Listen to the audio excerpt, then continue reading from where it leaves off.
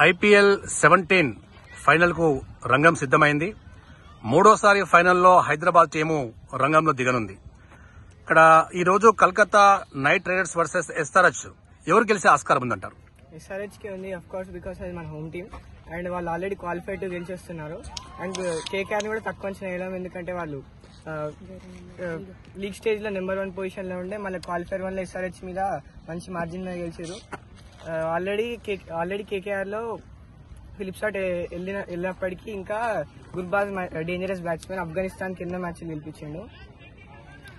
సునీల్ నారాయణ కనుక పవర్ ప్లేలో మంచిగా క్లిక్ అయితే నెక్స్ట్ వచ్చే శ్రేయాస్ అయ్యర్, వెంకటేష్ అయ్యర్, రజల్కి మంచి స్కోర్ చేసే ఛాన్స్ ఉంటుంది.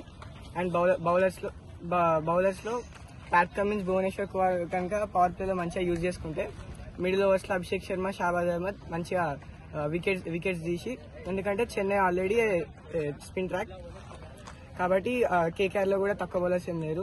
స్టార్క్ ఆల్రెడీ ఫామ్ లోకి వచ్చాడు. రాజు ఆల్రెడీ డెత్ ఓవర్స్ లో మంచి ఆర్కర్స్ వేసి రన్స్ ఆపుతున్నాడు. సో కేకేఆర్ కి ఇంకా ఎస్ఆర్హెచ్ కి అయ్యే మ్యాచ్ ఇంట్రెస్టింగ్ అవుతుంది. బట్ రైవల్రీ మంచి వాళ్ళిద్దరికి.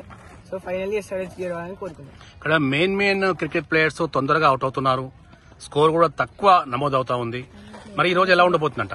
ట్రావిస్ హెడ్ కూడా వరల్డ్ కప్ ముందు, ఫైనల్ ముందు చాలా యావరేజ్ నాక్స్ ఆడిండు. ఆయన యావరేజ్ నాక్స్ ఆడినప్పటికీ ఫైనల్స్ లో ఫామ్ లోకి వచ్చిండు, ఎందుకంటే ట్రావిస్ హెడ్ అనేది ఆయన ఒక ఫైనల్ మ్యాచ్ లో పర్ఫామ్ చేసే player.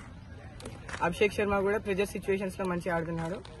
And Bhuvneshwar Kumar already experience bowler. Pat Cummins గురించి చెప్పాను.